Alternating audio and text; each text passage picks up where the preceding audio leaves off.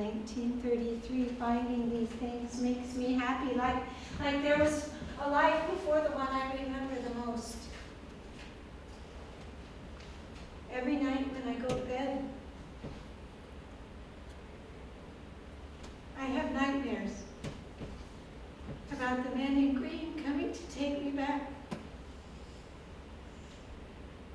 to the place where I was whipped and choked and beaten and bitten. Every night, I wake up screaming in agonizing pain. I am literally reliving the pain. The pain I experienced for 6 months. 6 months seems like nothing compared to those that were in the camp for a full year. My problems don't compare to some of the others. 6 million times I felt it. 6 million times I felt it. 6 million times we felt it.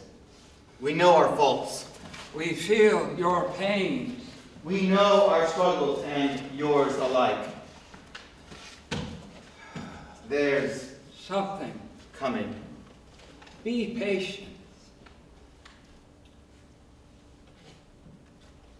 I wasn't really scared of what would happen to my mother in old age until it happened, which wasn't a mistake.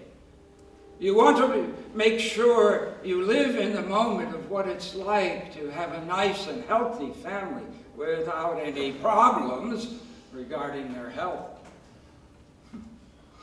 Well, I obviously wasn't prepared for the phone call I got from my mother's caretakers at the home. I was shocked. I saw things like this happening to my friends, but I never could have believed it could happen to me. Not to me. Anyone but me. My mother had Alzheimer's, and I had to deal with that.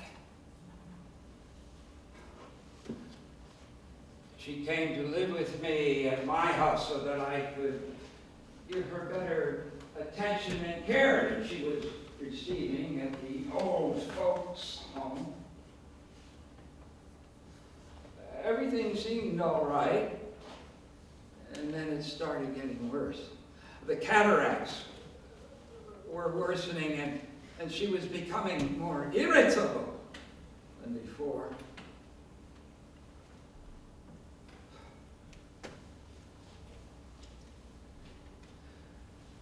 It was so hard to see someone you love slowly deteriorating before your eyes. Like a flower that is slowly being entrenched by the first winter's snow.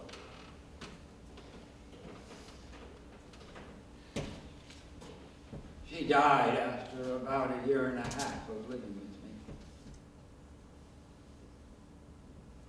me. Now we've shown you the reasons of our ways. The rhythm of our stream. The sound of our song.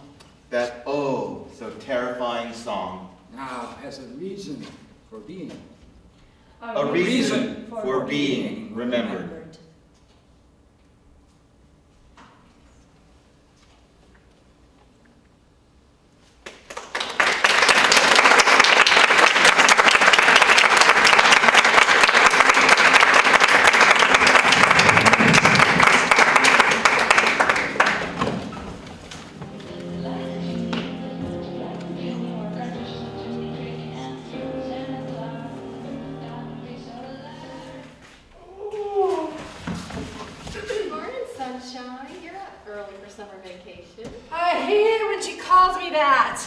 Makes me feel like a baby.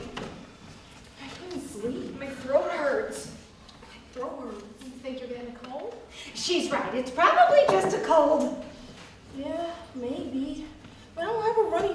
or anything. It hurts. It hurts inside. It hurts inside, but also hurts to the touch outside. To the touch outside. Did I not just say that it hurts? It's nothing serious. My throat hurts. Well, it sure is swollen. Why don't you take some Advil and take a nap? Should I tell her? I don't want to worry her. I will worry her. But what if it's something serious? I hurt. It's probably just a cold. I'll be fine. I don't know. Mom, I hurt. Mom, I hurt. Something feels wrong. It's not a cold. I feel like I can't breathe. I hurt. I hurt.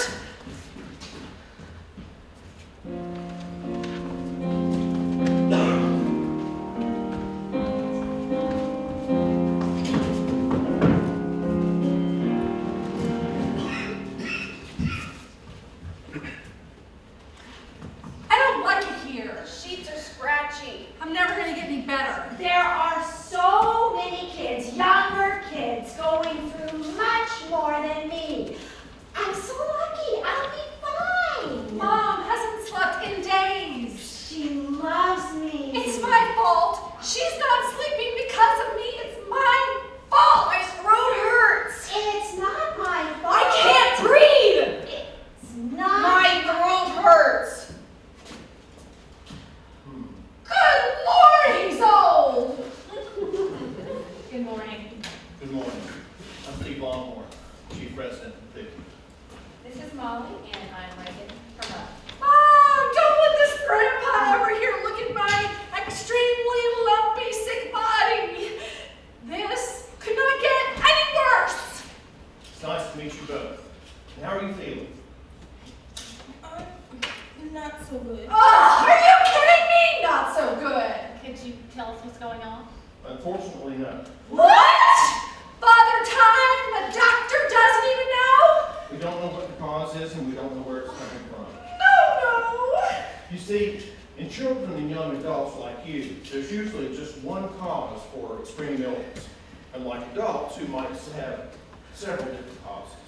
So, there's one factor, and we just have to find it. You're a very sick girl. What does that mean? Make it stop. We're guessing that this has something to do with what's going on with her neck and with her throat, although her strep test came back negative. But it's unusual to have an excessive fever with a sore throat. And it's also abnormal to have all this pain on the outside of her neck. I hurt. Why do I hurt? It's a good thing that you came in when you did. You're having what we call a septic shock. It's a full body inflammatory response to an infection. It causes an increase in your heart rate and a lowering of your blood pressure. What does that mean? Why are you using all these big words? I hurt. Is there anything else at all we should know? Yes, well, the x-rays came back. And? Her heart was clear, but she has fluid in both her lungs Both? and around. I don't want it. That's bad, right? It's bad. Make it better. I hurt. It's called bilateral pneumonia. Well, is there any way of finding out what's causing all Yes, this? well, the next step is to take a CT scan of her neck and throat. Can we do that right away? I will order it as soon as I leave here, but it's probably going to be sometime tomorrow morning. Another night here. You're going to get better, Molly. I guarantee you. Can I take a look at you real quick?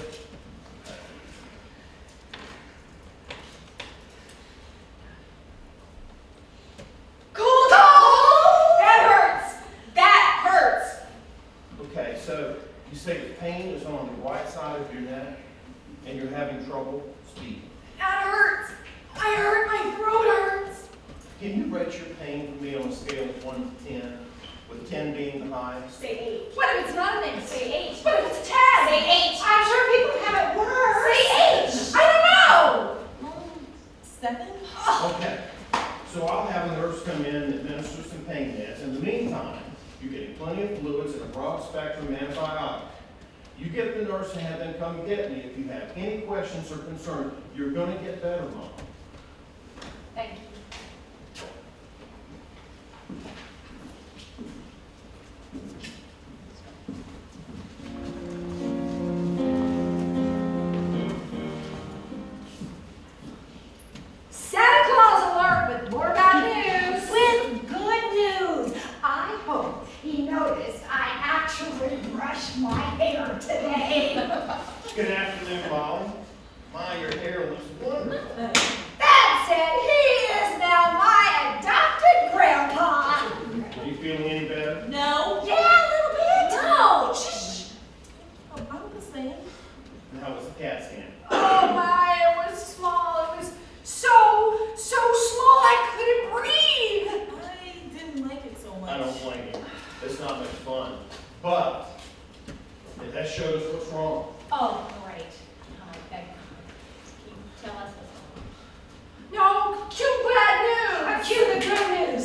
a fairly large blood clot in the jugular vein in your neck. This particular set of symptoms is connected to a very rare infectious disease called Meniere's I have a syndrome. disease. Where? How rare? Periodontal abscess formed on your heard. tonsil. I As heard, it I fluid heard. pushed against the jugular vein, leaking bacteria into your bloodstream. You can do this! Causes blood clot. The pneumonia, the sepsis, what side effects of all of this? Now, I know this is scary. I but we're heard. gonna work real hard to get So rid of it. scary. Leucobacterium is the bacteria normally so scary. with this disease. If we could grow this bacteria in your blood vessels, we can administer I a heard. safe antibiotic that will kill it. Mom! I need to go to the bathroom. Of course, sweetheart. I'll let you have your privacy. You're going to get better. You're very strong.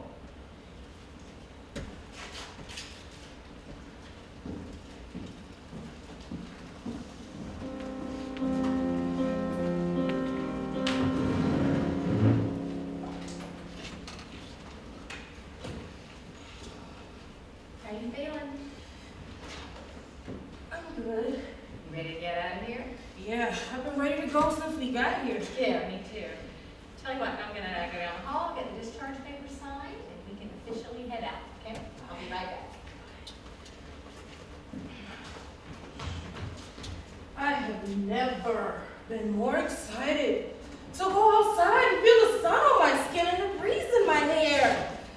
I have never been more excited to sleep in my own bed, in my own room, in my own house. I miss My cat! And I bet she misses me too. But I am going home to see her. I am going home and I am not coming back because I am healthy. I am alive. There are no more tests or medical terms or rating pain. There are no more scratchy sheets. And I can watch movies for fun now, not just to put noise in a silent room. I have time. So much of it. I can think about toys, school. the future. I have a future. I can't wait to see what it brings. I am strong. Sickness is an inexperienced surgeon, pulling and picking at your insides. It is an uncontrollable operation game gone bad. Terror builds anxiety, which rockets through your veins, tugging at your sanity. Sickness steals steals your light and blurs your vision. Looking at your reflection, you see a ghost with lips as pale as an old moon, and deep carved craters of darkness under its eyes, all its suffering plastered across its face. Its sagging skin, screaming, begging for a better day. A better day. That is much better than the horrors you feel inside of you. A better day? That is much closer than you think. Because if you look at your reflection long enough, staring past the rugged outside and the battered edges, you'll find a fire. Though very small and only slightly glowing, it will burn forever. No trauma or sadness or deathly bacteria can steal your fire. It is filled with compassion and determination. Sickness is a thieving magician who blinds you with tricks of despair and hypnotizes you into a world of darkness with no hope. Find your fire and push through the facades and fierce gates. Sickness makes your breathing scarce, but the fire makes it meaningful.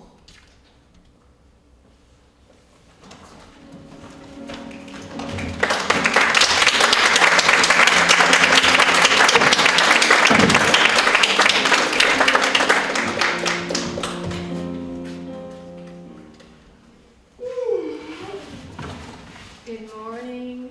How are you feeling? so lucky, But I- so strong, but I'm fine.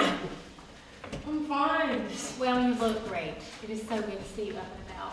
What'd you like for breakfast? I need to eat. Pancakes sound good. Do we have any pancakes? I don't know. That does sound good though. Yeah. Are you sure you're feeling okay? Yes. Should I tell her? I feel fine. I'm fine, Mom. Okay, I'm glad. You know, you are so strong, Molly, and the world is so lucky to have you. You never have to go through that again. I won't allow it. I'm gonna go check the pantry for any pancake mix or chocolate chips. Ooh. And maybe later you and I could do a little early back to school shopping. Yes. I love you.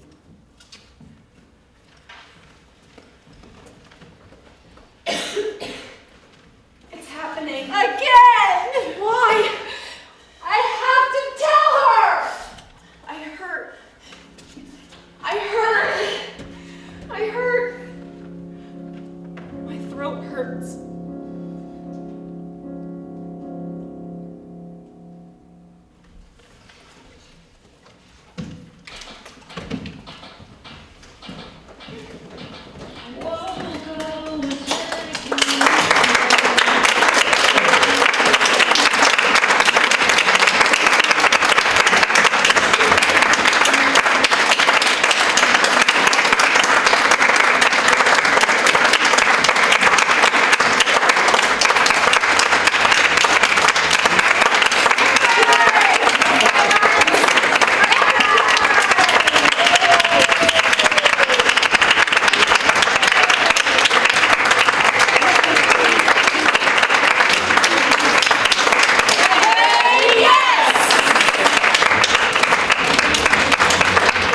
Okay, so why don't we go in a row and you say what your name is and what your play was?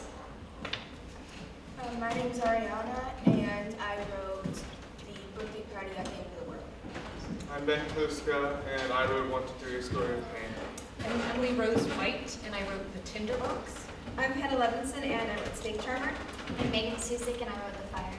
I'm Ellen Dearly, and I wrote Behind the Curtain. Okay, so do we have any questions from the audience about how they got their material, their process, their inspiration?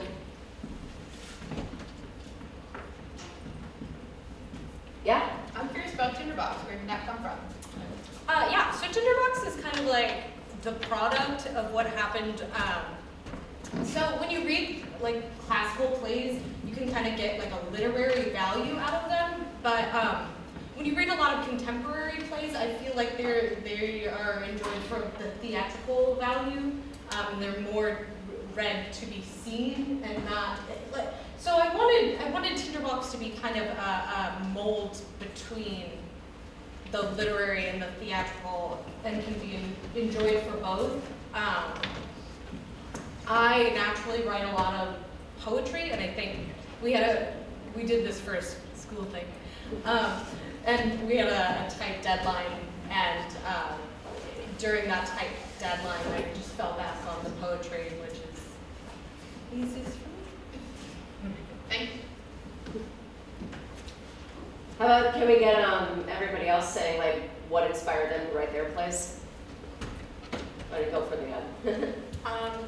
My inspiration, I was just watching a political debate. That night I had a tight deadline, as you were saying, it was for a school assignment, and I just thought about what it was like to prepare for one of those huge events that are, you're talking in front of basically the entire nation, and like the nerves you must be having. And then I kind of thought of a whole scenario where everything can go wrong, and it kind of spurred off from there.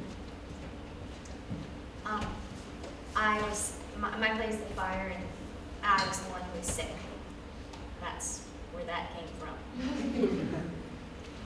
So with mine, I was also, I was trying to write something for school. I had this one idea, and it wasn't really going very well for me. I was having a lot of writer's block, so I scrapped it. And I didn't know what to write. I only had a couple days left to write a play. And so I don't know, for some reason I remember this one picture I saw online. It was like, the headline was like, Snake and Mouse become best friends. I thought it was cute, and I thought it was just, a fun idea, and so I just decided to roll with it, and Snake Charmer happened because of it, so yeah. It was obviously also very inspired by a lot of environmental issues as well as social classes. I kind of relate to Emily Rose because I like to write poetry, and I wanted my play to feel more like a performance art piece rather than a play. So I used the repetition in numbers a lot, which kind of represented the whole total body count during each genocide that was mentioned. So the AIDS epidemic, the Holocaust, and the last one was kind of like your own pain. So indefinitely I felt it. So you never really know how many people are having their own mental pain. So yeah, that's kind of where I got it. And like everyone else, I was pushed for the deadline, writing at the last minute. So. Well, I had always been inspired by hearing stories or seeing films where the people were just really positive or tried their best to be positive despite what was going on around them. So I just decided to write a story like that of my own. Okay, so that seems to be a big tip if you want to be a creative, have a deadline. Any other questions about the writing process for them?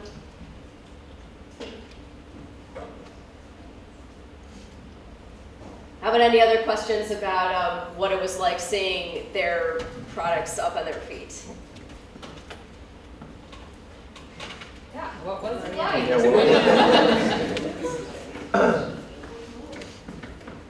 Well, I thought it was weird.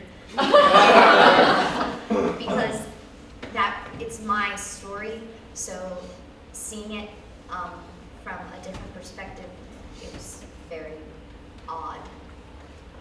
But cool at the same time. I liked seeing how mine was staged because for a snake and a mouse, I didn't really have anything in mind in terms of what the costumes would be. As for the set, I wasn't really sure how the terrarium would happen. It was kind of something that everyone knows what it looks like, but it's not really something you see represented on stage. So it was really good to be able to see the technical elements put to life, as well as just the character physicalities of actual animal characters being played by humans. Because I didn't know how I didn't have any image of how that would happen. So seeing it on its feet definitely helped it come to life for me. Yeah, and I think there's a big reason a lot of playwrights don't direct their own work, and it's because of that emotional attachment to it, I think. And I was able to sit in on a few rehearsals, which I just loved so much. And the director, Mary, had a great way of explaining things that I would not have been able to explain myself. And I enjoyed